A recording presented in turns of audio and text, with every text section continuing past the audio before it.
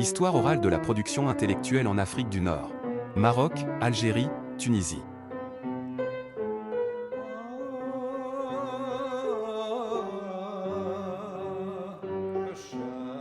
Bonjour, c'est Mohamed et merci pour l'invitation et pour le temps, parce qu'on va te prendre un peu de temps, désolé. Je vais commencer tout simplement par c'est qui Mohamed Lazaralbi? Voilà. Vous êtes qui? Bonjour, c'est Habib. Vous êtes les bienvenus avec toute l'équipe, avec ton équipe admirable et formidable. On se connaît déjà, nous avons eu l'occasion de travailler ensemble. Je dis, ça ne fait que commencer. Donc, cet entretien, c'est dans le cours normal des choses.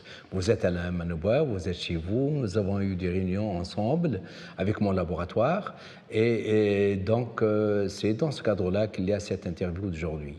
Alors, brièvement, pour me présenter, Gharbi Mohamed Lazhar, je suis né le 3/4/55.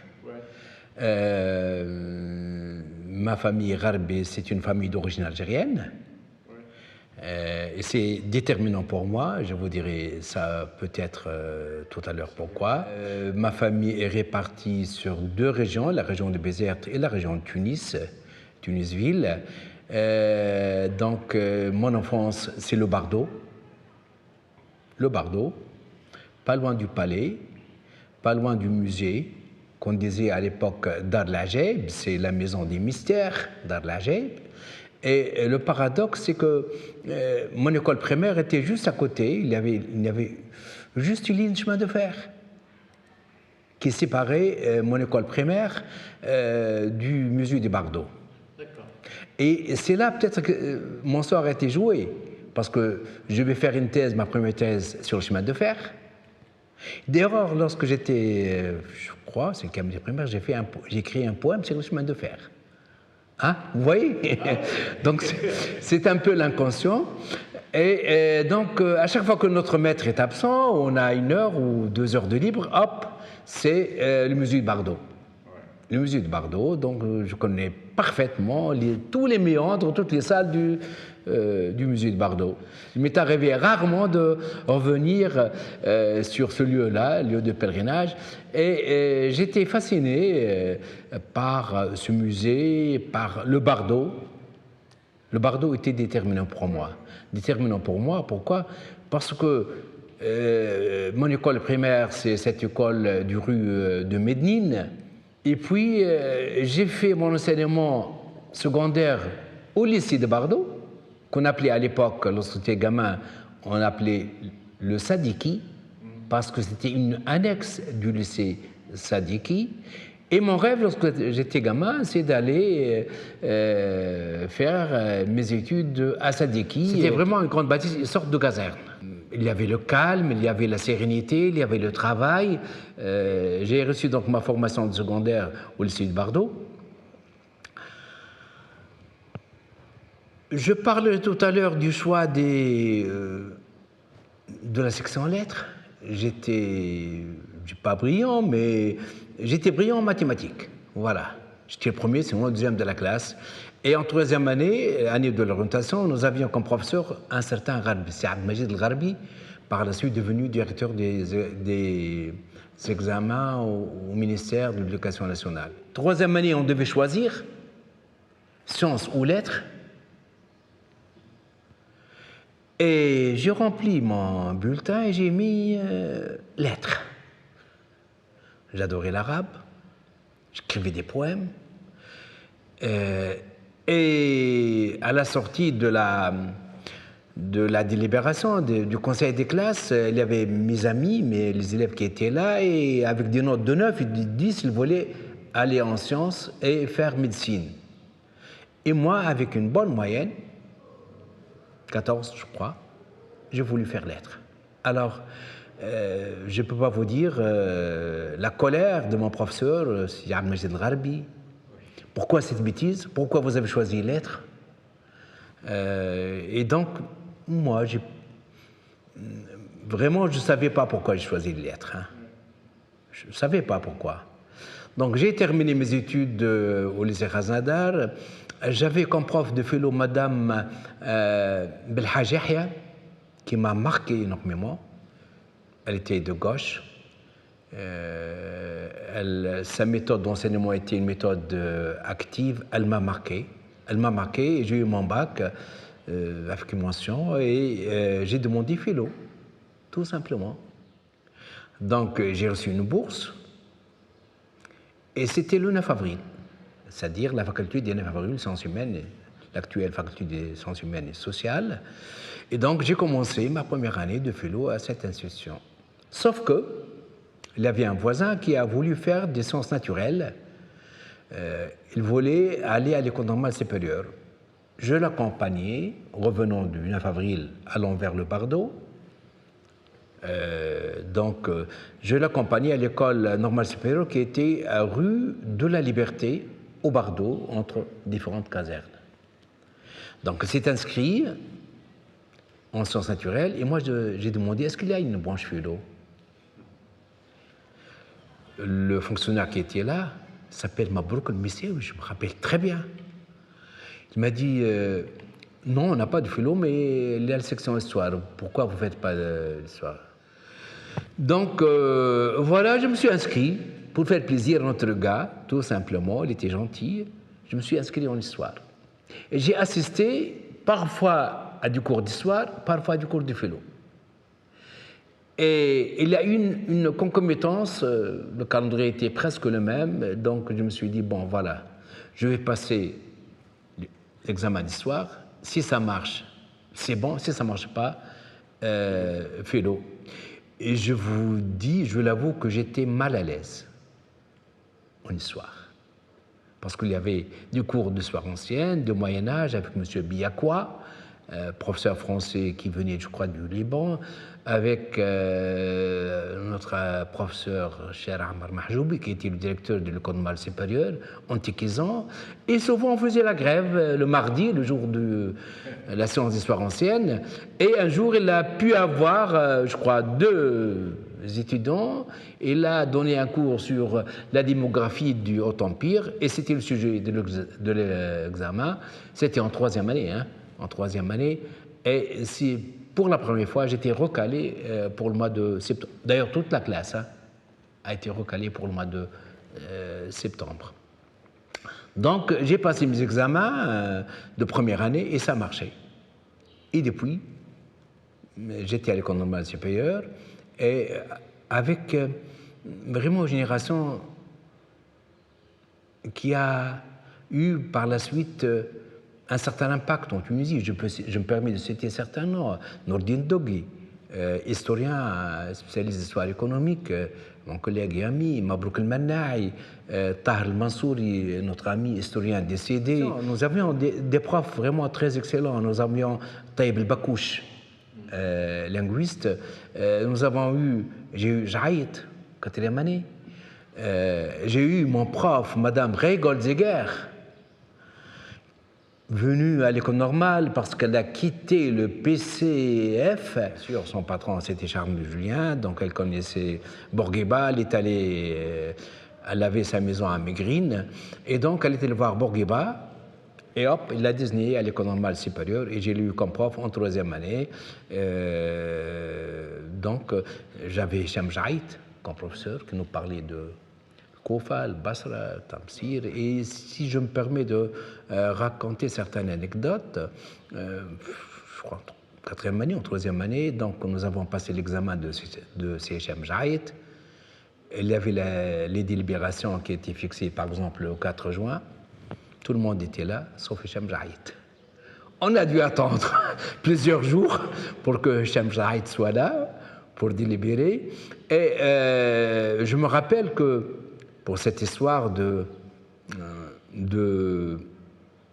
géographie physique, nous avions comme prof notre professeur Alain Motet, je crois, Alain Motet, qui nous parlait de ces différents voyages, différents séjours, les volcans, nous séduisait par ces différentes histoires. Et à l'examen, j'ai eu 18 avec Madame Ray sur la révolution industrielle et j'ai eu 7 en géographie physique. Ça m'a permis donc d'avoir ma maîtrise en histoire tout en restant faible en géographie physique. Voilà donc mon parcours à l'école normale supérieure. Donc c'était toujours le Bardo, mon cher Habib. Donc je n'ai pas quitté ce triangle. Mon école primaire, à quelques centaines de mètres du musée du Bardo, le lycée Khanzadar, pas loin de chez moi. À côté, il y avait la maison des jeunes. Et un peu loin, c'est l'école normale supérieure. Donc voilà le triangle dans lequel j'ai évolué. Oui, ça m'a marqué, inconsciemment peut-être. Bon, l'histoire économique, c'est un autre problème. Je vous dirais peut-être pourquoi il y a eu le choix de l'histoire économique. Alors, j'ai fait donc ma maîtrise de l'école normale supérieure. J'ai fait des stages, étant normalien, donc il fallait faire des stages. J'avais aussi des séances de géographie.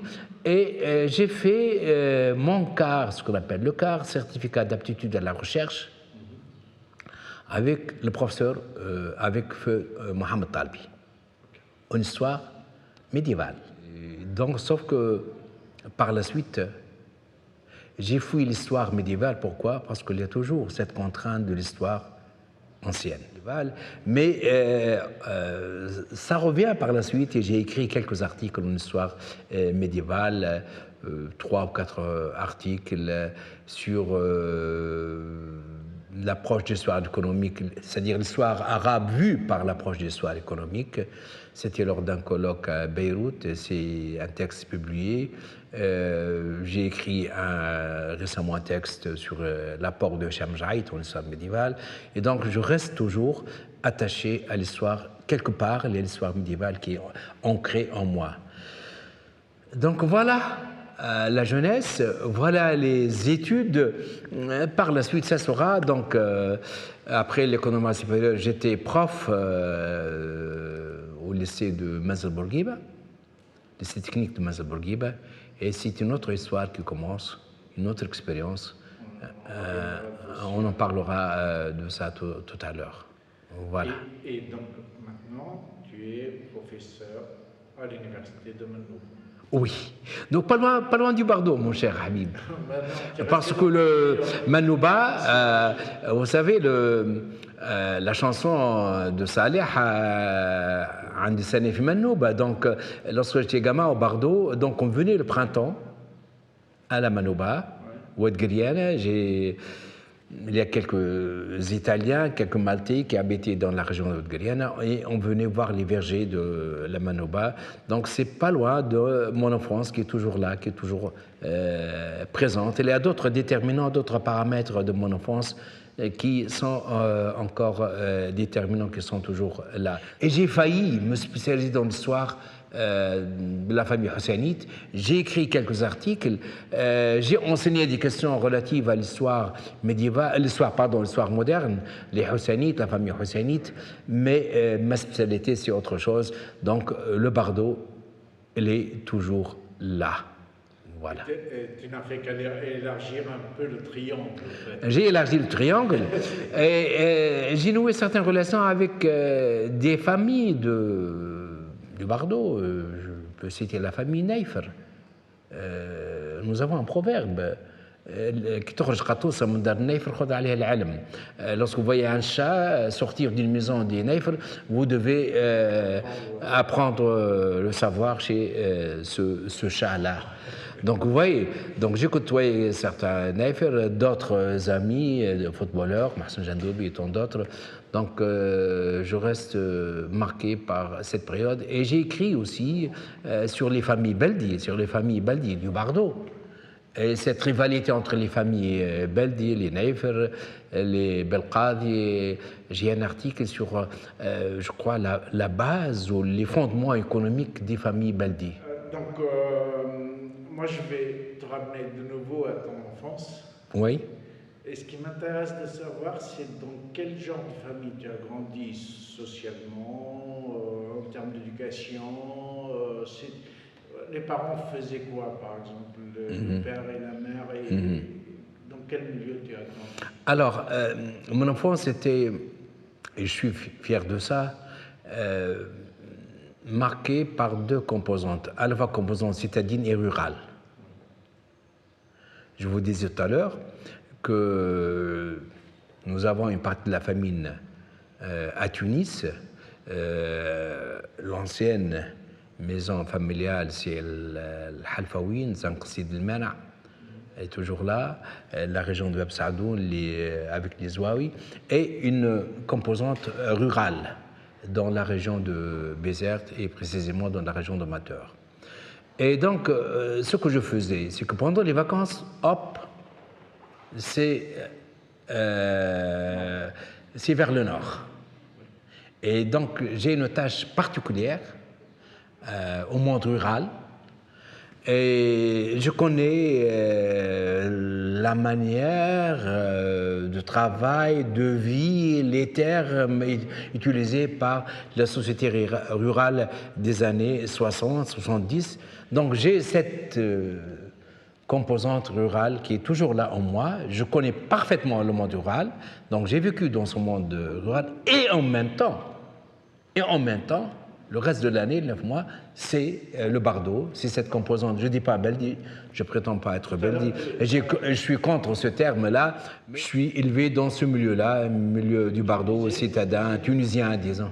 Tu disais que tu avais des origines algériennes. Algérienne, oui. Tu peux nous expliquer quand est-ce qu'ils sont arrivés, les Algériens, des deux côtés, du père et de la mère, il y a des origines algériennes? C'est du côté du père, plutôt. Du père. Ouais. Et c'est quelle génération? C'est lui-même qui est arrivé? Si son père, c'est comment? Je crois que c'est milieu des années 40. Lorsque l'Amir Abdelkader est parti, donc ma famille faisait partie de l'Azmala de l'Amir Abdelkader. Oui. Et elle a combattu avec l'Amir Abdelkader et jusqu'à présent, on garde toujours le prénom Abdelkader. Prénom Abdelkader, Sadiq et Mousfa. D'ailleurs, mon père s'appelle Mousfa, mon grand-père s'appelle Sadiq al-Muqaddam, on disait, parce qu'il était le Muqaddam d'une confrérie rahmaniya algérienne dans la région de Mjazelbeb, donc qui sont toujours là au sein de la famille. Et donc, c'est avec l'Amir Abdelkader que nous avons quitté la région oranaise, disons. On est de Ris. J'ai des cousins qui gardent le nom Rissi jusqu'à présent. Et donc, je crois que c'est le Bugeaud. Vous savez, la politique de la terre brûlée de Bugeaud dans l'ouest algérien. Il a incendié les troupeaux, les arbres, les douars et tout ça. Donc, et mon arrière-grand-père, il est né dans ce bateau qui transportait l'Amir Abdelkader vers son exil. C'est mon arrière-grand-père, oui, c'est ça, mon arrière-grand-père. Donc, ça devrait être, je n'ai pas la date exacte, mais ça devrait être pendant les années 40. Donc, on est venu je crois en Tunisie, et une partie de la famille est allée vers Damas. Et lorsque j'étais gamin, il y avait une certaine correspondance avec la partie de la famille qui était à Damas. Je ne me rappelle pas qu'il y ait eu des correspondances avec la partie algérienne de la famille. Mais jusqu'aux années 70, lors des mariages, on ne célébrait pas les mariages, on ne faisait pas de musique. L'expression que j'entendais, nous sommes chez les autres. Donc, nous sommes dans une situation, disons, de huzn, c'est-à-dire de détresse, d'anxiété. Donc, nous sommes exilés, voilà. C'est là dans la conscience familiale. C'est la troisième génération. Alors que c'est la troisième génération. Et c'est resté. Et c'est resté. Et c'est jusqu'aux années 70 qu'on a commencé à introduire la musique dans les... Et mes oncles, mon grand-père sont toujours contre les aspects festifs et tout ça, parce que dans la conscience, nous sommes exilés, nous sommes inquiets, nous sommes des gens persécutés et nous ne sommes pas chez nous. Ça marquait toute la famille, génération après génération. Et ça restait quelque part en moi jusqu'à présent. Donc, il y a certains... Bon, je ne suis pas contre la musique ou les festivités et tout ça, mais quand même, j'étais élevé dans ce milieu-là. Ça t'arrive de fredonner des chansons? Bien sûr, j'aime la joie, j'aime les chansons, j'aime tout ça, mais ça restait dans notre inconscient. Et du côté de la mer? Alors, du côté de la mer, c'est une mer tunisienne, pas une mer algérienne, c'est notre composante tunisienne locale. C'est dans la région du Kirouané. Okay. Voilà. Donc, voilà pour les ancêtres. Quoi d'autre? Donc, l'Algérie est toujours présente. J'étais directeur du département, mais bon, lorsque je m'énerve, parfois il y a des situations difficiles, je dis, n'oubliez pas que je suis algérien. N'oubliez pas. C'est une revendication? Pas une revendication, mais c'est une entité. Je suis tunisien, bien sûr. Tu t'intéresses au football? Oui, bien sûr. Deux équipes qui jouent, comment tu... C'est difficile de trancher. Bien sûr, je suis pour la Tunisie. Je suis tunisien, je suis pour la Tunisie. Mais l'Algérie est présente en moi et je vais vous raconter une expérience par laquelle je suis passé et c'était dur. Je n'ai pas trouvé de solution. Alors, voilà l'expérience.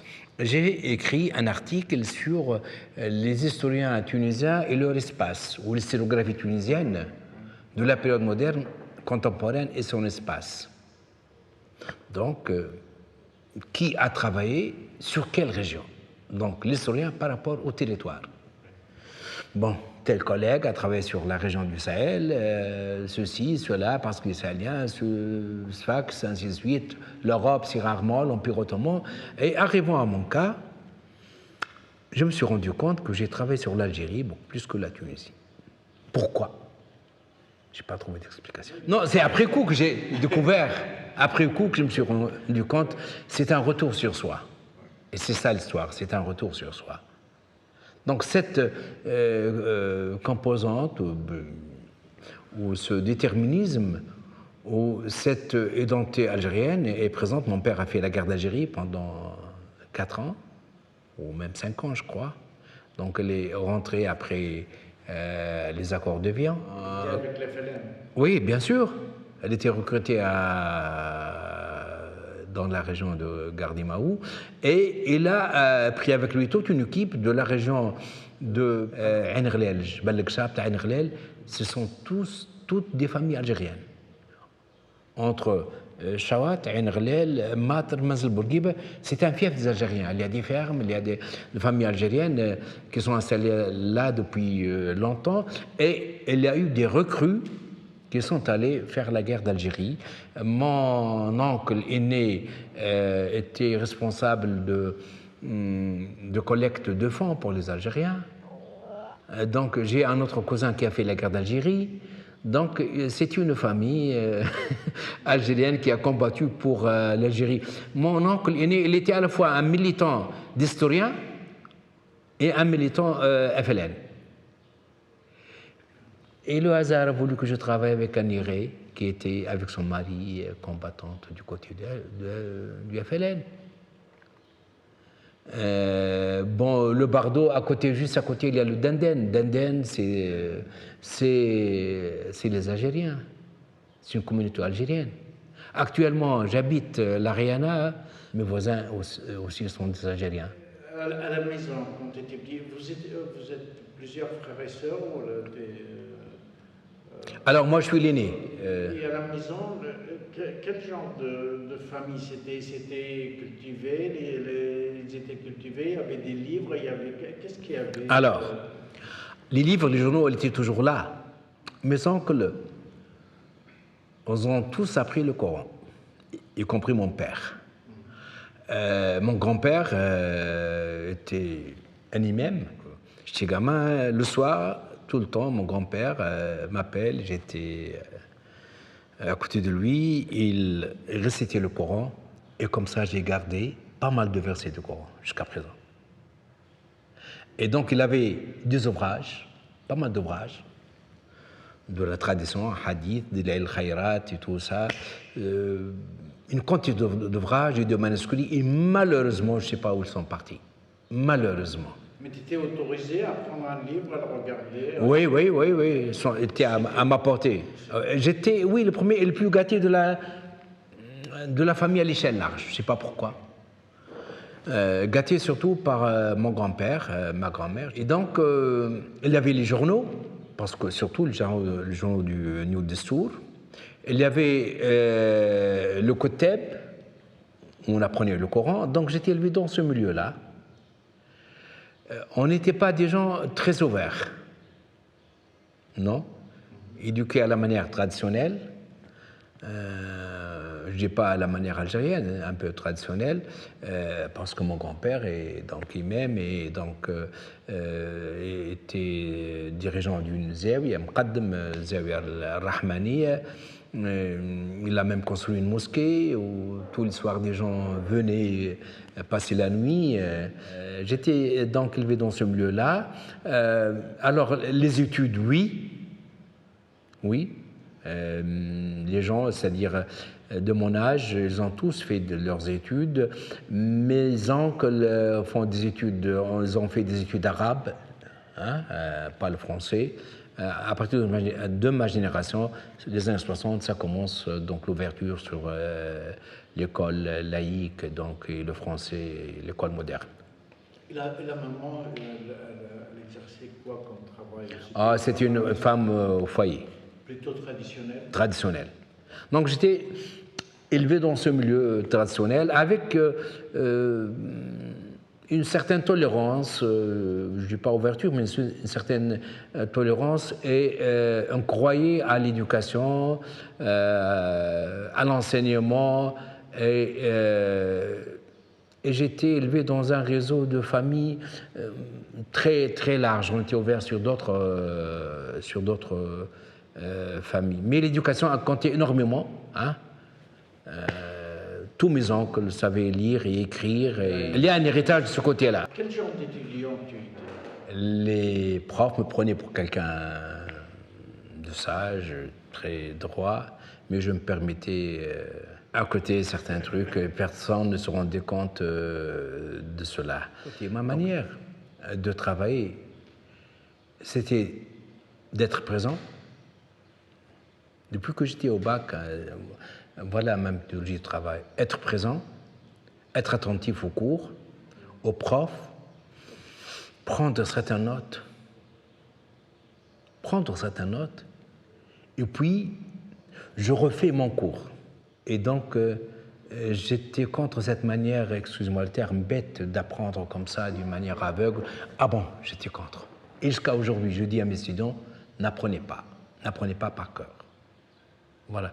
J'avais ma manière de voir les choses. J'étais un peu provocateur, sage mais provocateur. J'avais toujours ma vision des choses. Je peux citer 2 expériences. Lors de 5e année secondaire, on nous a donné une dissertation en arabe sur Tawhid et sur Abu Nawas. Comparé. Un sophiste, quelqu'un qui boit énormément. Et j'ai fini par dire à la fin qu'ils sont sur le même pied d'égalité. Tous les deux, ils fuient la réalité.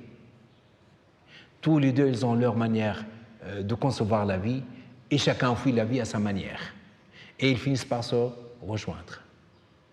Bonne note là-dessus? Oui, j'ai eu 13, je me rappelle très bien. C'est l'année du bac, ça m'a marqué énormément aussi. Alors, nous avons lu comme ouvrage le Messaadi Sud. Alors, et vous savez qu'il y avait Ghaylan et Maïmouna, et Ghaylan qui voulait construire ce barrage, et Maïmouna qui disait non, bon, il faut mener la belle vie et ceci, cela. Alors, sujet de dissertation au bac, Ghaylan représente la composante ou la partie occidentale chez le Messaadi, c'est-à-dire l'homme, c'est l'homme qui crée la civilisation. Et Maïmouna représente la partie arabo-islamique, le fatalisme. Que pensez-vous? J'ai fini par dire que Ghailen représente... C'est la culture orientale chez Messaadi, parce que Messaadi, quelque part, il est soufi, et il connaît le Coran, et il croit qu'à l'homme, maître de son destin. C'est l'influence de la culture islamique.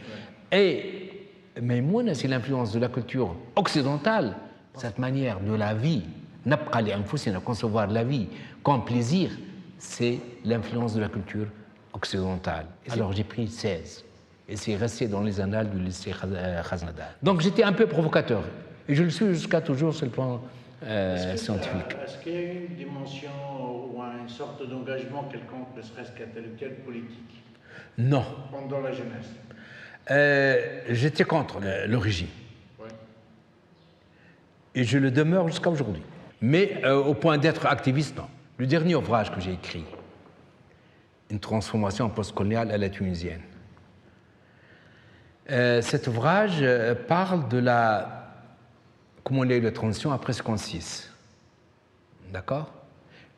Et je me suis rendu compte qu'on s'est occupé du politique et on a négligé l'économique. C'était peut-être le maillon faible de la transition de l'après 1956, après l'indépendance. Bourguiba était intelligent, il a confié le dossier économique, disons, à Ben Salah, le collectivisme, puis Nouira. Donc il n'y avait pas de choix économique préalable lors de l'indépendance. 2010-2011, c'est l'identité, c'est le politique, aucun programme économique. Et à la fin de mon ouvrage, j'ai fini par dire on risque de commettre la même gaffe encore. Vous voyez, aujourd'hui,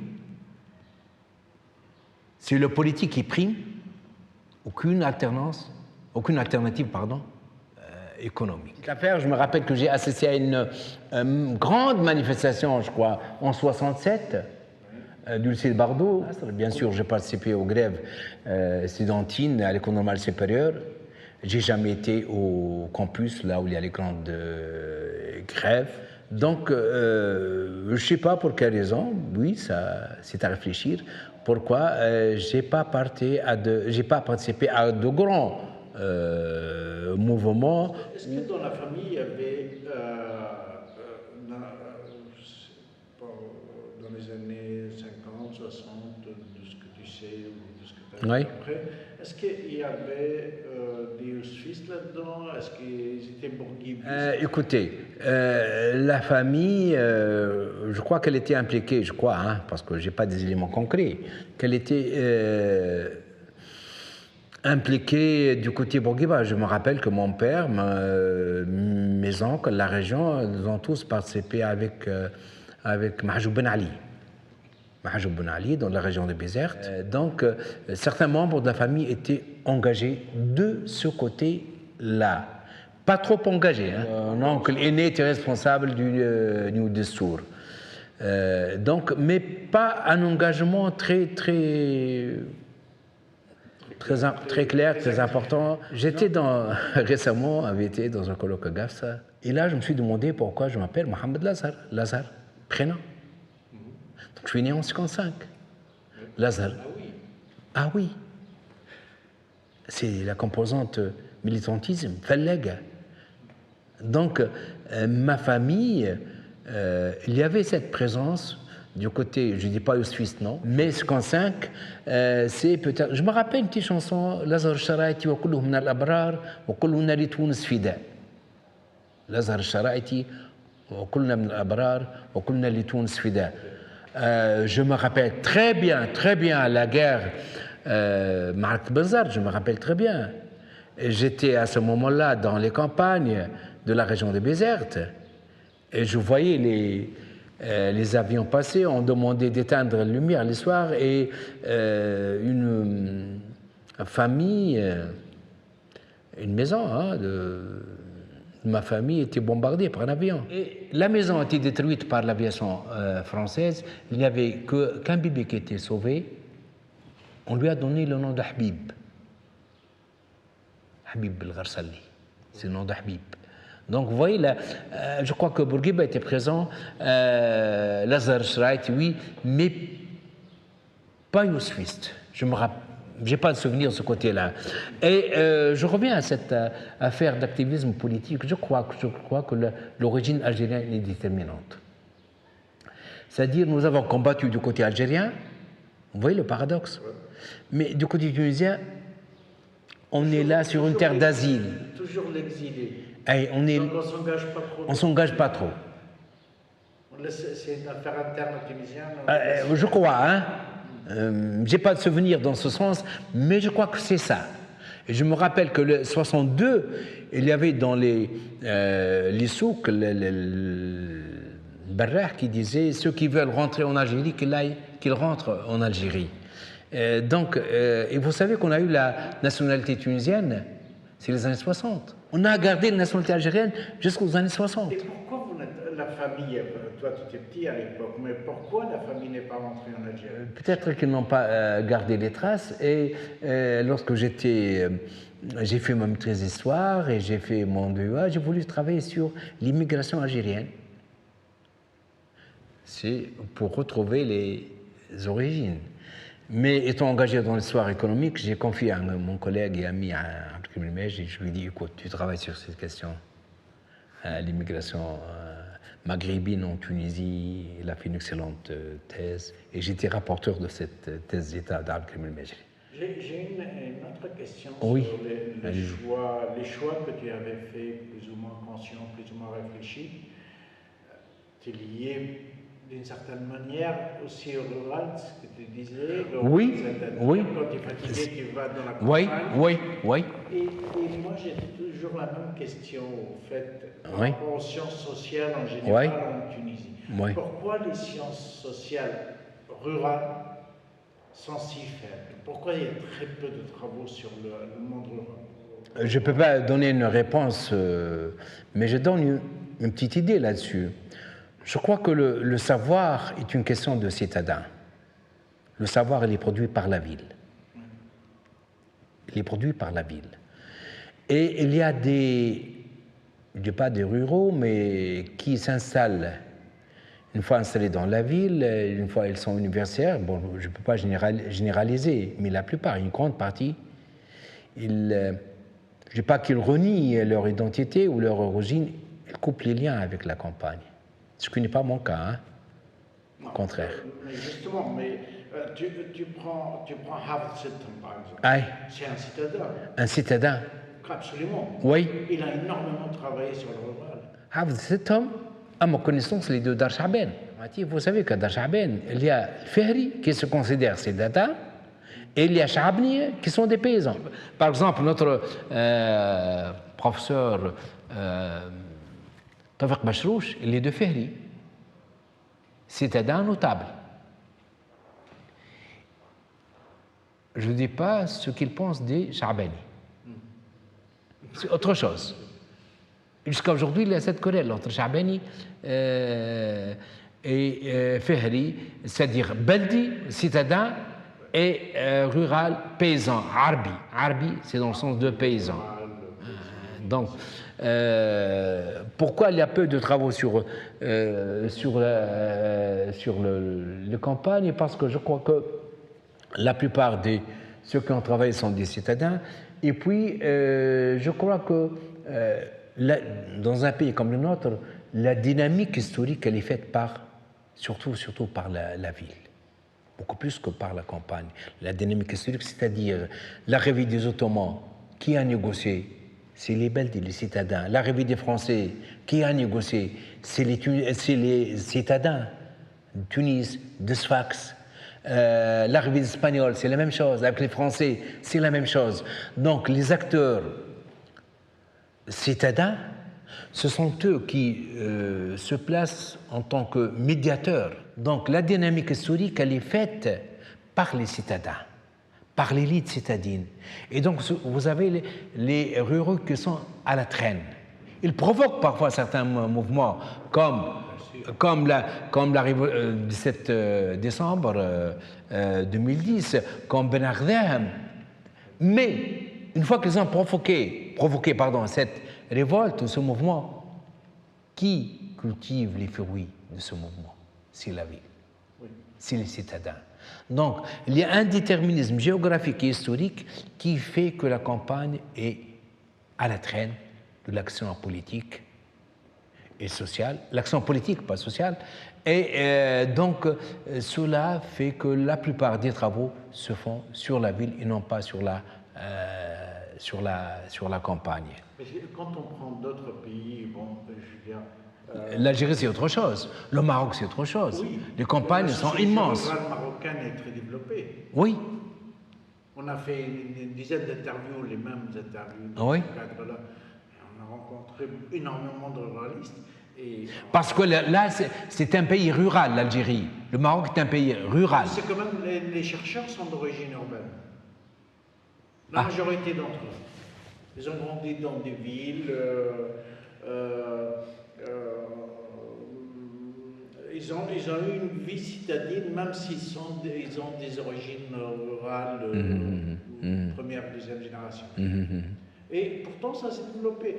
Du côté de l'Europe, les chercheurs les plus connus sur la sociologie rurale sont d'origine urbaine aussi. Donc c'est un phénomène général. Mais bizarrement, Tunisie, du moins, les gens qui concernent la géographie, ce qu'on appelle globalement la sociologie rurale, que ce soit anthropologie, géographie sociale, des choses comme ça, ça reste un énigme pour moi. Pourquoi c'est si faible? Pour l'histoire, oui, la plupart sont des citadins, même ceux qui sont d'origine rurale le disent d'une manière un peu ironique. Il y a très peu de travaux d'historiens oui. connaissance. Oui, je confirme. Sur le monde rural, sur les mouvements, les évolutions sociales. C'est à creuser. Ça peut faire l'objet d'une recherche. C'est à creuser. Pourquoi, en humanité, les études sont faites par des citadins, pour des citadins? Peut-être. Mais est-ce que l'histoire est écrite par des citadins pour des citadins? Je pense que oui. J'avais une autre question plus générale. Qui écrit l'histoire en Tunisie? Vous parlez de quelle période? L'histoire contemporaine, évidemment. Là, il y a une dérive. Ceux qui écrivent l'histoire de la Tunisie contemporaine sont des citadins d'une région particulière de la Tunisie. Laquelle? Ce sont des gens de la région de Sousse, de Sahel. La plupart, c'est de la côte, disons en général. La côte. Oui. La côte. Pas uniquement les villes, mais la côte. Il y a certains historiens qui sont de certaines villes de l'intérieur, mais la grande majorité, peut-être on peut vérifier pour l'histoire moderne et contemporaine, surtout l'histoire contemporaine, c'est la région côtière, et précisément la région du Sahel. Est-ce que je peux faire un raccourci en me disant c'est le pouvoir qui écrit l'histoire? Oui. Et moi je conteste cette manière d'écrire l'histoire contemporaine et l'histoire nationale. C'est une histoire faite, construite par Bourguiba, par les vainqueurs de Ben Youssouf. Et cette histoire, malheureusement, elle est reprise dans les écoles, dans les universités récemment. Et 10 ans après la Révolution, on n'a jamais repensé cette histoire telle qu'elle était construite par le pouvoir. J'ai commencé à le faire, il y a d'autres qui ont commencé à le faire dans cet ouvrage que j'ai évoqué tout à l'heure. Moi, je suis contre cette manière de voir l'histoire de notre pays. L'histoire était une histoire nationale, c'est-à-dire la lutte est faite par des gens de toutes les régions de la Tunisie, Gafsa, Gasserine, le nord-ouest, le sud. Cette thèse de notre professeur Hamad Cherif, cette thèse disait que le Sahel, il y avait une élite sahélienne. Pourquoi? Parce qu'il y avait une petite bourgeoisie sahélienne qui a envoyé ses enfants aux écoles. Il y a une élite cultivée qui a fait que lors de l'indépendance, c'est cette élite qui a pris le pouvoir. Moi, j'ai dit non, non. Il n'y avait pas d'élite au Sahel, il n'y avait pas de bourgeoisie au Sahel. La bourgeoisie, elle était à Sfax. Si on veut développer cette thèse, ça serait Sfax qui devait prendre le pouvoir, parce que la bourgeoisie, c'était une bourgeoisie sfaxienne. Malheureusement, le Sahel, c'était du côté Sousse. C'était une ville, je ne dis pas secondaire, hein, pendant la colonisation, et même avant, Msek en était beaucoup plus importante que Sousse. On a falsifié l'histoire. Vérifiez le nombre d'habitants de Sousse et de Sfax, de Msek, par exemple. Donc, il n'y avait pas de bourgeoisie sahélienne. La preuve en est, les colporteurs, le Baya'a. Le Baya'a, je ne sais pas si vous connaissez ce phénomène ou pas. Ce sont des gens qui sont nés les campagnes à Dodan avec des produits de la ville, des petits bijoux, des petits bonbons, je ne sais pas quoi, des gadgets pour les femmes. Ils vont jusqu'en Algérie, hein, jusqu'à Tbessa, jusqu'au nord-ouest, jusqu'au nord tunisien. Et après l'indépendance, ils ont pu avoir des propriétés et le même réseau de colporteurs s'est transformé en d'autres réseaux certains sont maintenant, non pas à Nice, mais même aux États-Unis d'Amérique. C'est le même réseau. Donc, malheureusement, le Sahel a profité. La bourgeoisie sahélienne, c'est l'État national qui l'a créé, pas le contraire. Pas le contraire. Là, on a usurpé l'histoire de la Tunisie et il y a cette principale mutation, et c'est le Sahel qui a créé l'histoire. La naissance de ce qu'on appelle aujourd'hui la bourgeoisie sahélienne, oui. Donc autour de Sousse, Monastir oui. et compagnie, oui. Est-ce que ça c'était volontairement programmé, exécuté par le pouvoir de Bourguiba, l'État national, ou est-ce que c'est le résultat d'une période de corruption, de favoritisme et ainsi de suite? Ma question est aux chercheurs, à l'historien. Comment décrire cette période et la naissance d'une bourgeoisie? C'est pas un processus simple. Je crois que la deuxième hypothèse est beaucoup plus valable. Si nous sommes à la Manouba, pas loin de nous, là-bas, c'est le moyen vallée de la Mégerda. Vous savez qui possède les terres? Bon, c'est le domaine de l'État, mais de grandes propriétés, hein? De Tbarba, de Mjazelbeb jusqu'à Gharmer, ce sont des gens de Monastir. Je connais les noms de personnes qui ont des fermes, qui ont des propriétés. Je connais parfaitement la région. Et il y en a d'autres aussi. Certains disent, oui, Bourguiba est propre. Oui, il est propre. Il n'était pas corrompu. Oui, bien sûr.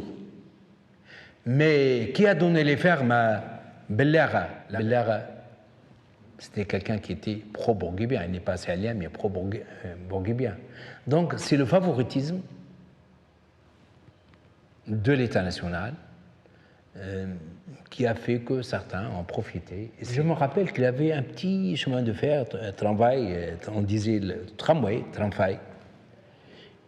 ligne, il y avait le trolley, tramway, ligne de Tunis jusqu'à l'Ariana, Tunis jusqu'au Bardo. Et je me rappelle qu'il y avait un Français qui disait il ne fallait pas détruire cette ligne, il faut la garder. Bourguiba Café. Chut. Les chemins de fer. Les chemins de fer. Vous savez que la plupart des lignes, maintenant, ne fonctionnent plus. Pourquoi? C'est pour donner des concessions à des gens, des autorisations pour des louages, pour le transport et ainsi de suite. On a sacrifié notre réseau de chemin de fer. Voilà pourquoi il y a actuellement des problèmes énormes de transport pendant l'Aïd, pendant le retour des vacances, parce qu'on a sacrifié ce réseau qui a été créé pendant la période coloniale. Sacrifié au profit d'un petit nombre, si j'ai bien compris ce que tu dis. Oui, c'est pour permettre à certains de profiter, d'avoir des concessions de transport, de louage ou d'autres moyen. Donc, bon, dire qu'il n'y a pas eu de corruption, bon, c'est vrai, bon, Bourguiba était quelqu'un d'intègre, propre, mais quand même, l'entourage a profité, et c'est là des intérêts qu'on a accordés aux dépens de l'intérêt national, malheureusement.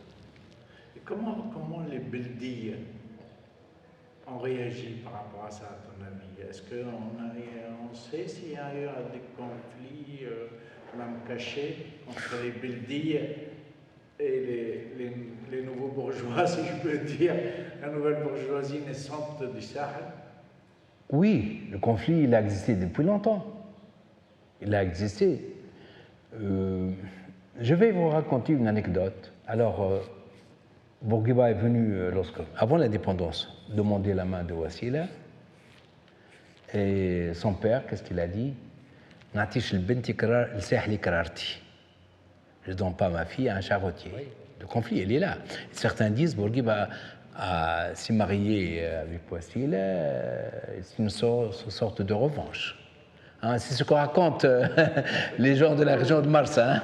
Donc là, c'est un peu de la mémoire populaire, disons, de la région. Le conflit a demeuré, bien sûr. À la tête de l'État, des responsabilités, c'est toujours des gens du Sahel, avec un Djerbien, Sadq Mqaddam ou tant d'autres, mais au début, il y avait un juif, mais peu de Baldi. Oui, il y avait un Baldi là pour calmer un Qaïd Sebsi. Il y a l'histoire de Tahar Ben Ammar aussi, Tahar Ben Ammar, qui a signé le protocole de l'indépendance, mais par la suite, on l'a accusé d'avoir volé les trésors de la famille Baylikal. Jusqu'à présent, la famille Ben Ammar et d'autres familles Baldi gardent un mauvais souvenir de Bourguiba, et son fils Chadi Ben Ammar a écrit un ouvrage récemment sur cette histoire. Oui, les familles Baldi ont gardé quelque part une certaine amertume, et moi je pense, c'est ma lecture des choses, qu'après 1914, pas 2014, l'alliance Ranouchi-Qaïd Sebsi, c'est une alliance entre les deux catégories et les deux régions exclues par Bourguiba, par l'État sahélien, le Sud et les Baldi. Voilà ce qui explique l'alliance entre Ranouchi et Besh Qaïd Sebsi. C'est mon point de vue, hein. C'est une alliance entre les deux régions, les deux catégories sociales refoulées et exclues par le pouvoir sahélien bourguibien. Pourtant, Sebsi, je me trompe peut-être, mais oui.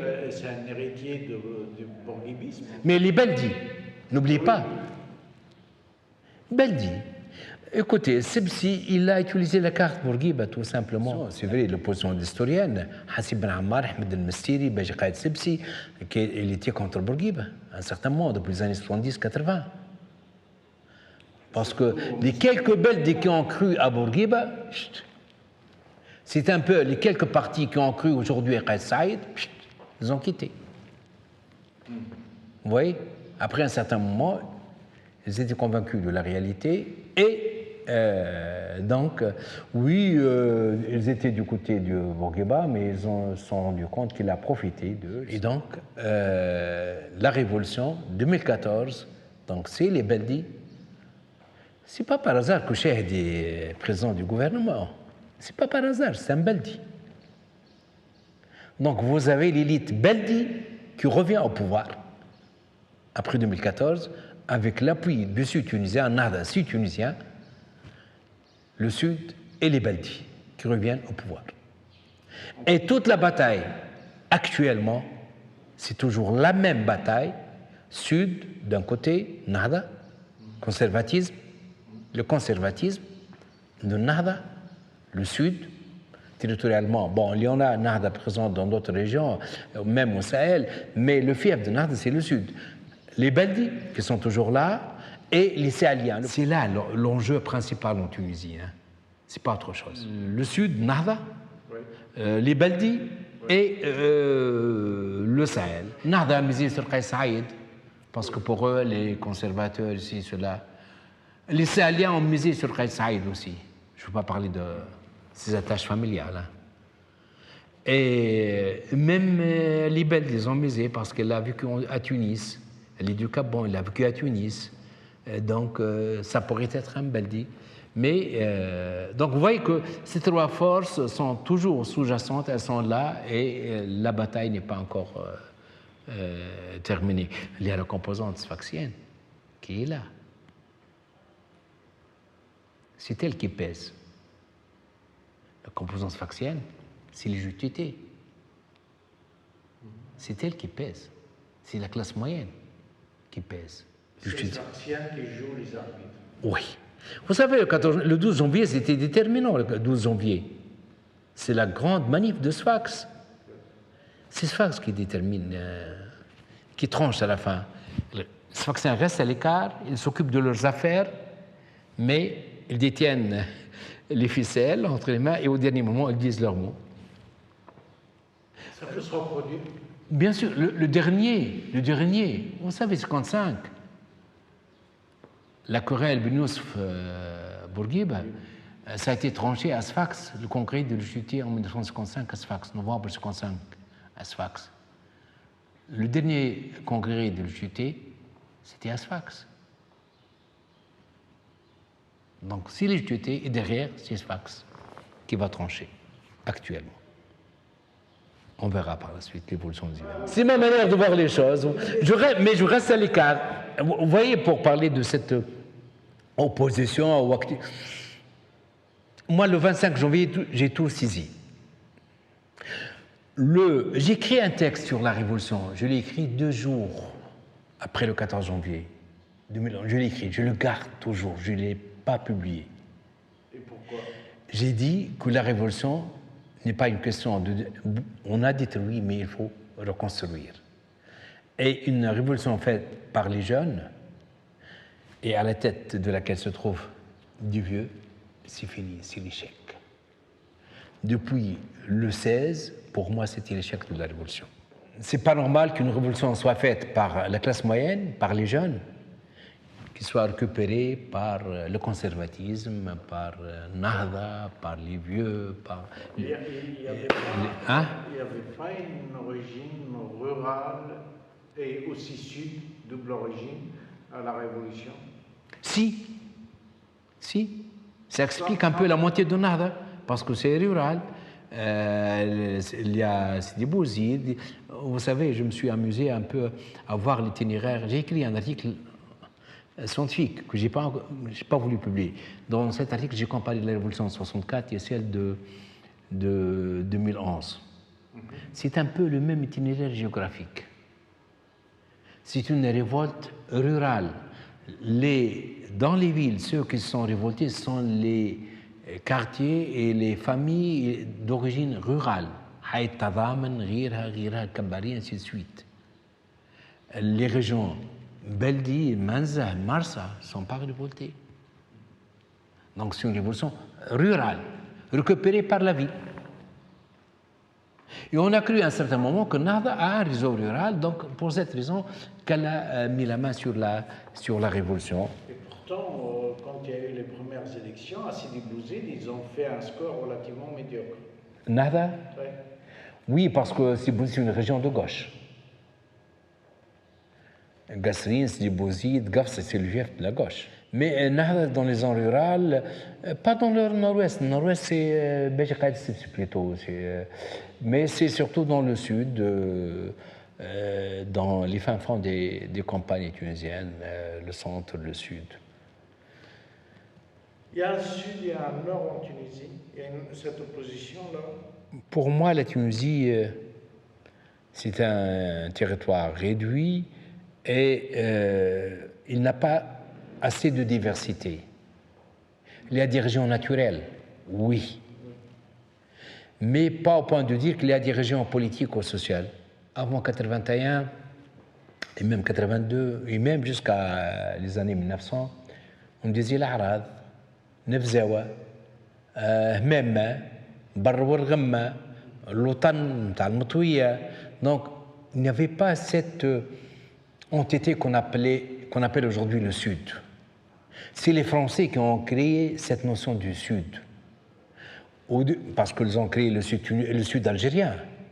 Puis ils ont parlé du bassin oriental, du Sahara oriental, pardon, Sahara oriental. Et après, les années 30, ils ont créé cette notion du Sud et ils ont créé cette notion de Sfax, capitale du Sud. Donc c'est une construction française. Cette répartition du territoire tunisien, le Tel, le Nord, le centre, la steppe, le Sud, comme trois entités différentes, c'est une construction française et faite par les géographes français. C'est dans la continuité de la vision du territoire, de la conception du territoire algérien. Vous savez que notre histoire, notre géographie, toutes les constructions et les perceptions ont été faites par les Français selon la vision algérienne, selon leur vision du territoire et des habitants de l'Algérie. La Tunisie, c'est un autre paramètre. Donc, on a hérité cette vision française qui a été construite par les géographes français de la période coloniale et par les historiens aussi. Pour eux, le Tel, c'est le prolongement du Tel, l'Atlas, c'est le prolongement de l'Atlas algérien, les hautes plaines, et ainsi de suite. Et le Sud. Tu dis pour eux. Pour eux. Et pour toi, il y a Attends. Pour eux, et ça a été malheureusement repris sans être discuté par nos géographes tunisiens aujourd'hui. Tu en sais quelque chose, tu es mieux placé que moi pour en discuter. Pour moi, cette répartition, elle est artificielle. Il n'y a pas suffisamment de différence. Il y a des genres de vie, peut-être. Il y a des climats, peut-être. Des microclimats, peut-être. Ici, à la Manouba, on peut trouver 2 ou 3 microclimats, peut-être. Mais l'entité, elle est une. Donc, cette répartition, ce morcellement et ce décloisonnement, c'est un territoire en miettes qu'ils veulent construire et fabriquer. Alors que moi, je ne vois pas... Écoute, pendant la période moderne, on parle de la transhumance. On parle de transhumance des tribus. C'est vrai, transhumance, mais c'est un commerce. Les Druides qui se trouvaient au centre, les mêmes qui vont vers le nord, les Ouargam, les Jlidettes qui se déplacent, ils faisaient du commerce en même temps. Le blé du nord, ils le ramènent vers le sud, les huiles et les dattes vers le nord, et il y a un réseau d'échanges. Donc il y avait une complémentarité entre les tribus. Le territoire était façonné par les tribus et non pas par le pouvoir. Et c'était une entité telle qu'elle était pratiquée, conçue et pratiquée et vécue par les tribus. C'est après l'État national, c'est après le Sahel, et entre autres la vision des scientifiques français qui a fait qu'il y a eu ce morcellement et cet émiettement. Est-ce que, pour l'historien toujours, est-ce qu'on peut dire aujourd'hui, en 2022, que la tribu reste un acteur? C'est un acteur majeur. Vous savez, cette modernité qu'on revendique, oui, mais malheureusement en Tunisie, nous avons une manière de concevoir la modernité qui est un peu erronée. Cette modernité, pour nous, c'est une coupure avec le passé, avec les autres genres de vie. Moi, je ne conçois pas la modernité. L'histoire, c'est la continuité, ce n'est pas la rupture. Il n'y a jamais eu de rupture en histoire. Hein. Jamais, jamais, jamais. Vous avez des modes de vie du Moyen-Âge qui sont toujours là, et même de la période ancienne, la période berbère qui sont toujours là. Donc, cette modernité comme un acquis nouveau, la rationalité, l'ouverture, oui, la mondialisation, oui, tout ça, oui, oui. Mais avec une couche qui est là, la partie cachée de l'iceberg qui est là, c'est la tribu, c'est la mentalité, c'est les anciennes représentations, c'est l'appartenance rurale qui est toujours là. Donc, l'héritage, quelle que soit sa nature, il est toujours pesant. Et la tribu, elle est toujours là. On ne peut pas faire concevoir un programme économique, on ne peut pas concevoir un parti politique ou autre, ou une stratégie de quelque nature que ce soit, ou des élections, sans prendre en considération la composante tribu. Elle est éternelle chez nous. Parce que pour Bourguiba, la tribu, il faut décomposer le monde tribal. Oui, décomposer le monde tribal, le résultat, c'est l'immigration. C'est l'immigration. C'est que vous avez maintenant des zones à l'intérieur, que ce soit au nord, au sud ou autres, qui sont des zones où il n'y a plus de familles installées, où il n'y a plus de gamins pour aller à l'école.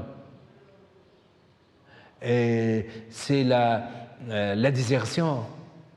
C'est pas mal de problèmes liés à l'environnement aussi, parce qu'on a déserté les régions. C'est un patrimoine qui se perd, un patrimoine naturel, rural, et même un patrimoine bâti qui est perdu dans les fins fonds des campagnes. Donc on a vidé les campagnes parce qu'on a décomposé les tribus, parce qu'on a déconstruit, on a démonté les tribus, et les anciennes structures sociales, malheureusement, on aurait pu les conserver tout en introduisant la modernité, l'enseignement. C'est compatible? Oui, c'est compatible. C'est compatible. Why not? Moi, je ne crois pas au modèle. J'enseigne un cours qui porte sur l'Europe du XIXe siècle, la naissance du capitalisme. Le capitalisme européen, sa conclusion, c'est qu'il n'y a pas de capitalisme. Il y a plusieurs capitalismes. À l'anglaise, à la française, à l'allemande. Un capitalisme allemand avec la présence de l'État et des mutualités, français avec la présence de la banque, et ainsi de suite, et capitalisme anglais avec la présence de la matière première et de la houille comme source d'énergie.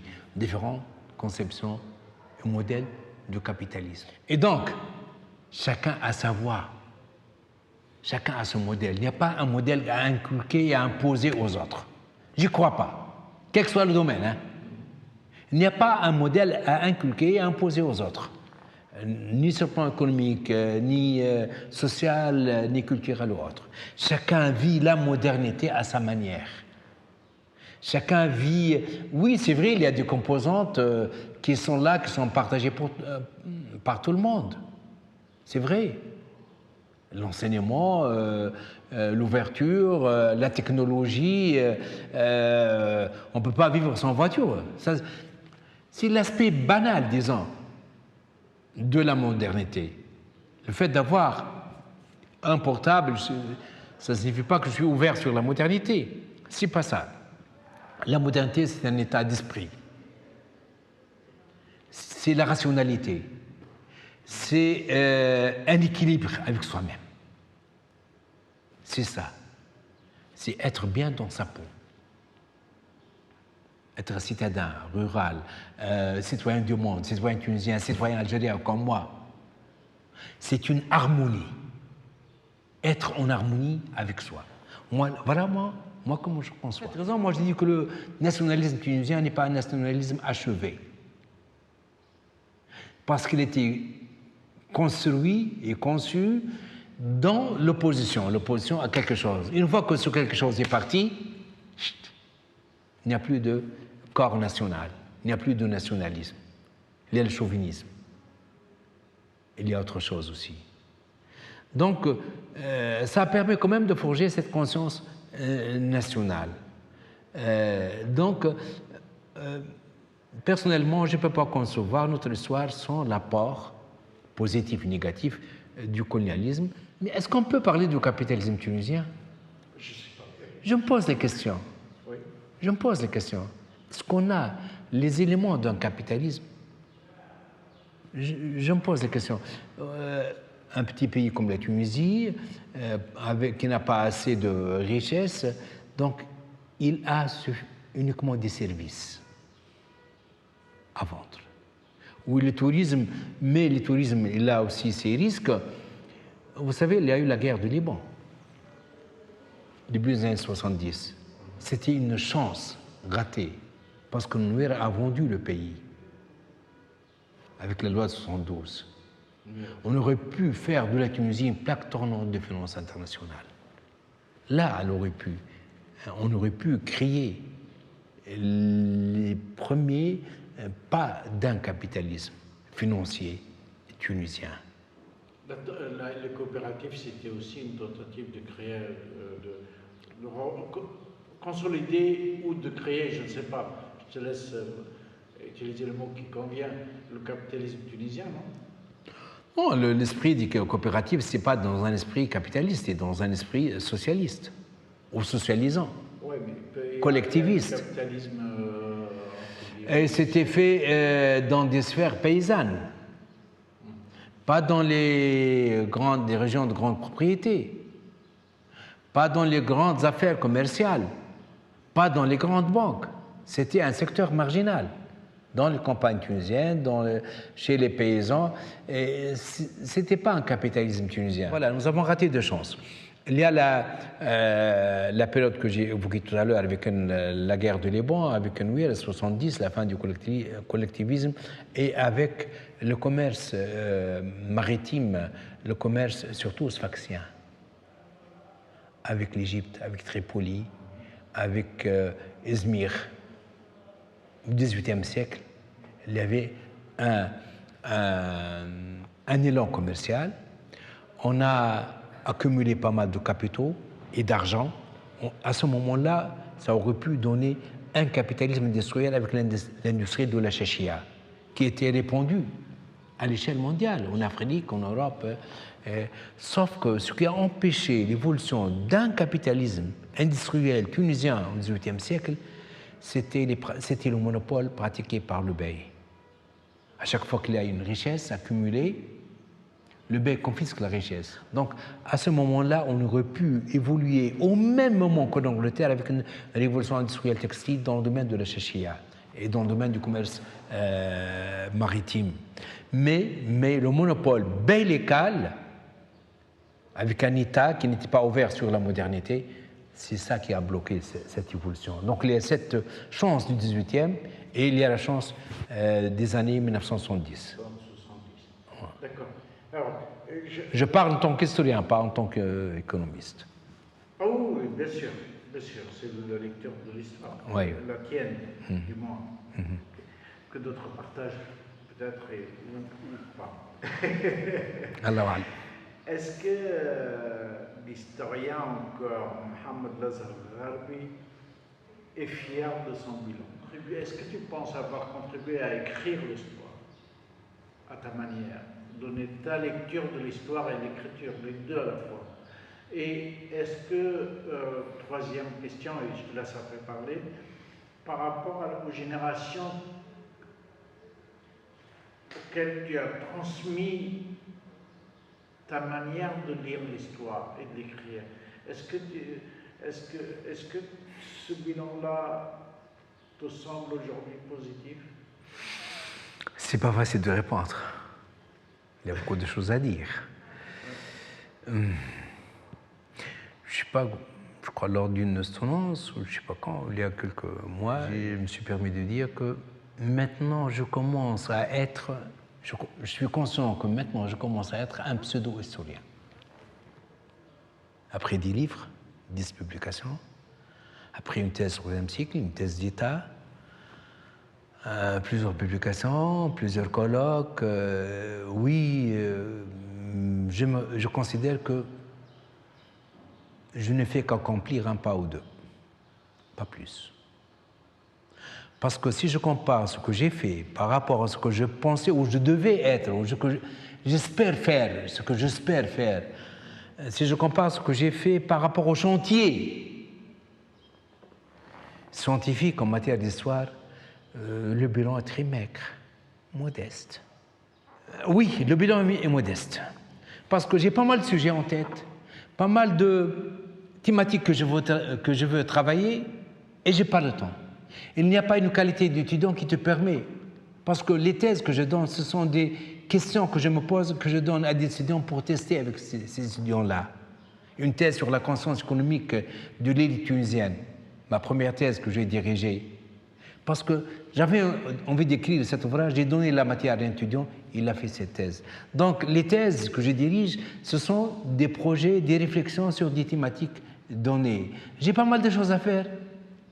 mais je n'ai pas suffisamment de temps, je n'ai pas peut-être la capacité physique ou même intellectuelle de faire tout cela. Pendant le confinement, j'ai écrit cet ouvrage pendant 1 mois et demi, Transition postcoloniale à la tunisienne. 1 mois et demi, j'ai profité de...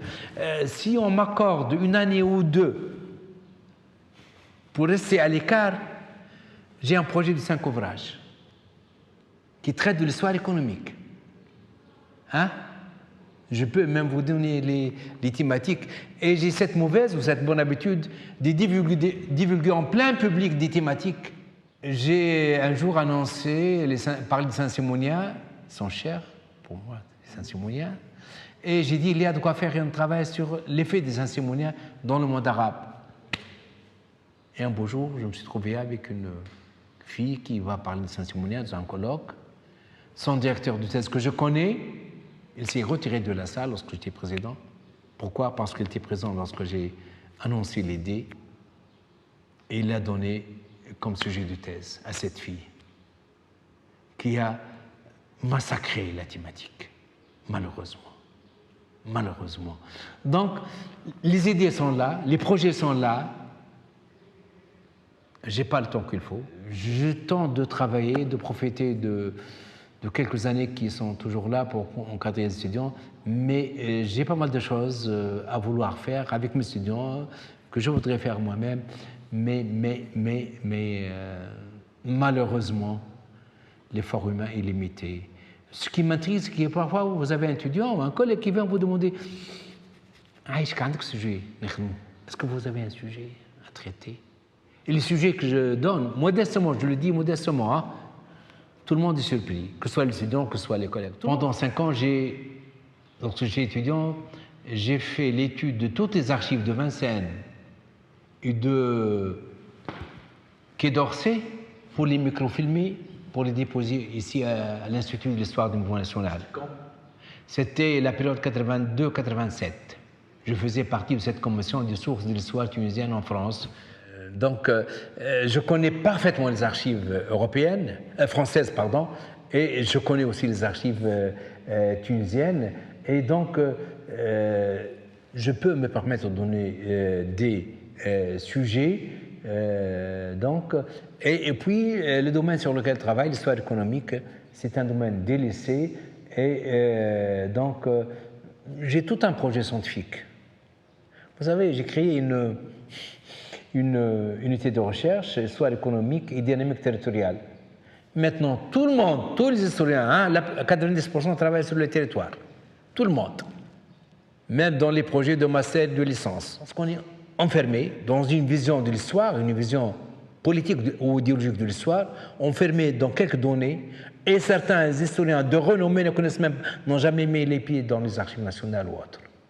Il y a de grands noms que je ne veux pas citer, malheureusement. Donc cette connaissance des archives, le fait, je ne dis pas de lire, de fréquenter, j'ai eu la chance de fréquenter, j'étais l'étudiant d'Aniré, j'étais l'étudiant de Mohamed Sherif. Ah oui, je leur dois beaucoup, surtout à Aniré, je lui dois beaucoup. C'est elle qui m'a orienté vers l'histoire économique. Et j'ai fait la thèse 3e cycle avec elle et avec Bouvier. Jean Bouvier était présent dans ma soutenance. Et donc, j'ai assisté à ces séminaires sur l'histoire bancaire. Et pour cette raison, j'ai choisi l'histoire bancaire, encore par défi. Parce qu'une autre composante de ma personnalité, j'aime les défis. Je veux être à l'écart de tous. Parce que j'ai choisi l'histoire économique, j'étais le seul. Mon collègue Yamin Nordin Dogui a choisi de travailler sur Sfax Gafsa, avec Aniré, le même professeur. Il a fait sa thèse d'État là-dessus. Donc, je dois me démarquer. J'ai choisi l'histoire bancaire, que personne ne maîtrise en Tunisie. Oui, me démarquer des autres. Je pense que maintenant on peut parler d'une école de l'histoire économique tunisienne. Est-ce que tu n'as pas été l'un des cofondateurs? Oui, cofondateur, oui, mais je crois que il n'y a pas une accumulation du savoir qui permet de parler d'une école tunisienne en histoire économique ou même d'une école historique tunisienne. C'est grave ce que tu viens de dire. Oui, mais c'est la réalité. C'est la réalité. Et c'est la dégringolade du niveau scientifique. Comment tu l'expliques? Est-ce qu'il y a une explication déjà et comment toi tu l'expliques? L'explication, c'est que les gens cherchent la facilité. Vous savez, vous avez maintenant des profs d'enseignement, des historiens profs d'enseignement supérieur qui n'ont jamais fait de thèse. Agrégés, puis bon. Donc la carrière. Ce qui les intéresse, c'est la carrière. Donc il n'y a pas une accumulation au niveau du savoir historique qui permet de parler d'une école historique tunisienne au sein du laboratoire d'Irasset ou 9 avril que j'ai contribué, cofondateur avec Abdel Hamid Hania. Dans ce laboratoire, on a produit un certain savoir historique et on a une certaine identité. Nous avons beaucoup travaillé avec une équipe dynamique, avec Sami Barghawi, qui a aussi son empreinte, avec Jamel Bentar, avec Hossein Boujar qui vient d'être décédé. Nous avons produit, même, je dirais, à l'international. Hein. Nos travaux sont lus en Russie, en Allemagne, sont reconnus partout. Hein. Mais malheureusement, ce laboratoire, par la suite, il a perdu cet élan pour pas mal de raisons.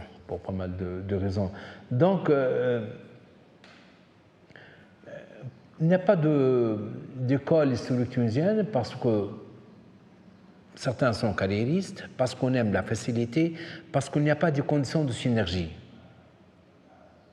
Chacun veut travailler seul. Il n'y a pas cet esprit de groupe, d'équipe.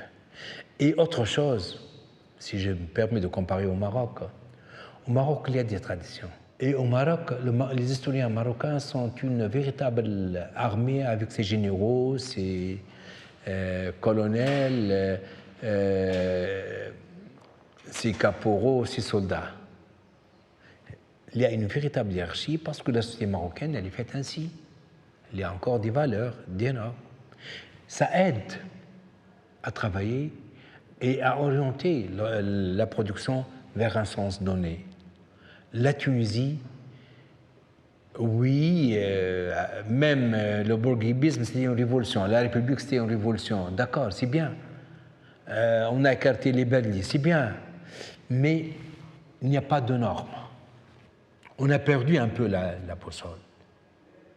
On ne sait pas où on est. Est-ce qu'on est société de classe moyenne, société conservatrice, moderne? Il y a une nouvelle génération. Il y a une génération qui se prépare à prendre la relève. Malheureusement, non. Malheureusement, non. Quelques-uns, mais avec un écart au niveau scientifique. Et je me demande, est-ce que cela c'est d'une manière spontanée ou est-ce que ça a été calculé quelque part par le politique? Parce que l'histoire, ça dérange. La philo, ça dérange. La sociologie, ça dérange. Il y a eu, il y a quelques jours, le 60e anniversaire du CRS, Centre d'études, de recherche comme ça. Le grand CRS, il y avait Abdelkader Zghal, il y avait Settem, il y avait Chad Lahayari, il y avait Khaled Manoubi. Ce sont des sommités, il est Ben Salem, ils étaient là, ils produisaient, ils travaillaient sur le plan économique, social, avec peu de moyens, ils produisaient, et c'est là qui a créé le développement des années 60-70. Après, Bourguiba, qu'est-ce qu'il a dit? Ah, le CRS, ce nid de vipères. Chut, on a tué le CRS. C'est une citadelle vide. Actuellement, au niveau des programmes de recherche, il n'y a pas de programme de recherche pour les humanités. Les subventions à la recherche, sciences dures, oui, les sciences humaines, non. Donc on est marginalisé, écarté au niveau officiel, au niveau de la réalité. Il y a une volonté politique derrière. Oui, je crois que oui. Et nous, on prête les flancs. fait appel, je ne dis pas aux médiocres, mais pas aux meilleurs. Les meilleurs, en Europe, on fait appel aux meilleurs sociologues, aux meilleurs historiens, aux meilleurs, pour les écouter, pour apprendre. Et on leur donne le temps de parole qu'il faut. Et les politiques, Benjamin Sora, le rapport de Benjamin Sora sur la guerre d'Algérie, on fait appel aux scientifiques. Je ne suis pas contre ça. Mais qu'on fasse appel aux bons scientifiques, aux véritables scientifiques, pas aux charlatans de la science. Donc voilà, je crois que cette élite en sciences humaines, elle est en train de disparaître. Il n'y a pas un grand nom, je ne vois pas de grand nom. Je ne parle pas comme les vieux, c'est-à-dire après moi c'est les déluges, non, c'est pas ça, mais je ne vois pas de personne qui pourrait, je ne vais pas prendre leur lèvre, qui pourrait donner un élan. Peut-être il y en a un ou deux, peut-être. Hein, en sens, en histoire ancienne, oui. Oui. En histoire ancienne, oui. Nous avons une nouvelle génération qui travaille sur la préhistoire de la Tunisie. C'est une excellente. Ils parlent anglais. C'est une équipe formidable qui publie en anglais. L'autre fait une histoire ancienne. Il a bouleversé la recherche en histoire en matière d'histoire ancienne. Oui, en histoire ancienne et en préhistoire, il y a une accumulation, il y a une nouvelle génération. Je ne vois pas cela en histoire moderne, contemporaine. Je vois peut-être que je me trompe, peut-être que j'ai oublié. Hein. Il se peut qu'il y ait quelques-uns. On verra bien. Il y en aura certainement. Je reste optimiste. Mais connaissant la valeur de la production scientifique en histoire moderne et contemporaine, et même en histoire médiévale, je suis un peu informé. Je ne suis pas très optimiste là-dessus. Voilà. Et surtout, excuse-moi, j'ai oublié, c'est le problème de la langue lié pour quelque chose. Parce que la plupart des nouveaux doctorants et certains collègues sont unilingues. Donnez-moi des ouvrages ou un sujet que je peux travailler avec des sources en histoire en arabe, uniquement en arabe. La plupart sont unilingues, la plupart des étudiants. Des collègues aussi, certains collègues sont unilingues. Alors que maintenant, on vise l'international. Moi, j'ai un handicap, je l'avoue, c'est l'anglais. Je n'arrive pas à écrire et à publier en anglais. C'est un handicap, je l'avoue, j'ai mes limites. Je lis, oui, je lis, je comprends, mais je n'arrive pas. J'ai participé à des colloques, colloque de la commission de la conférence internationale d'histoire économique à Amsterdam. Il n'y a que les Maghrébins qui parlent le français, qui défendent le français. Les Français se mettent à l'anglais, malheureusement.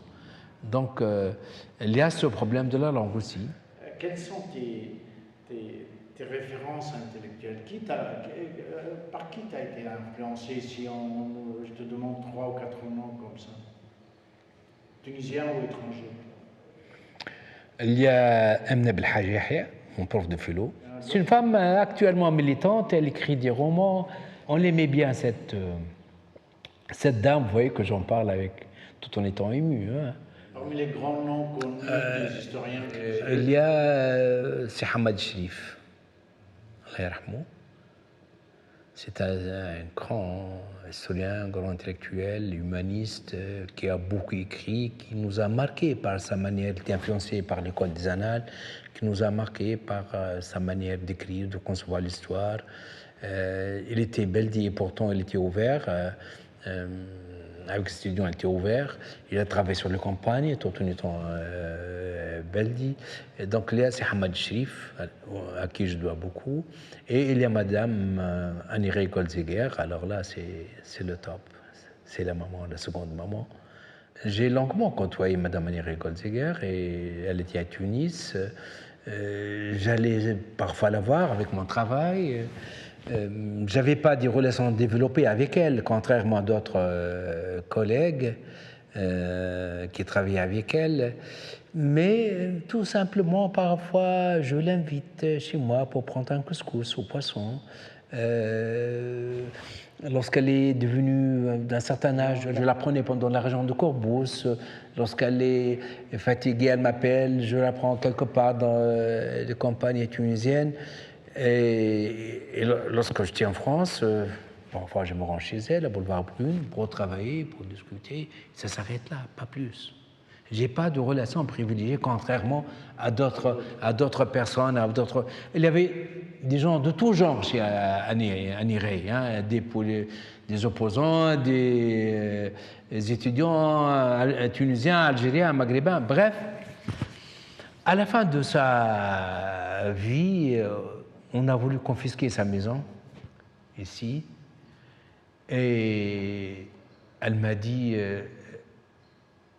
avec un ton amer, les Tunisiens, malheureusement, ils m'ont jugé, ils m'ont sucé, ils m'ont jeté comme un citron. Pas mal d'universités ont demandé ses archives. Elle a refusé et elle m'a donné ses archives. Et elles sont là à l'Institut. Je les ai ramenées. Elles sont déposées aux archives. Aux archives de l'Institut d'histoire de la Tunisie contemporaine. Pourquoi ce choix? Parce qu'elle était fondatrice du programme de PNR qui a évolué en Institut d'histoire mouvement national avec Charles Andoujien, avec Hamadi Sherif. Et ces archives sont là. Donc, c'est un don, c'est un geste qu'elle a fait aux Tunisiens et à ma petite personne, parce qu'elle avait confiance en moi. Et ça me touche, donc cette attitude, ce geste qu'elle a fait à la fin de sa vie me touche énormément. C'est disons, la troisième personne qui m'a beaucoup marqué. Il y a le regretté aussi Jean Bouvier. Sa manière d'écrire, sa manière de donner son séminaire, sa modestie, c'est un grand monsieur. Jean Bouvier.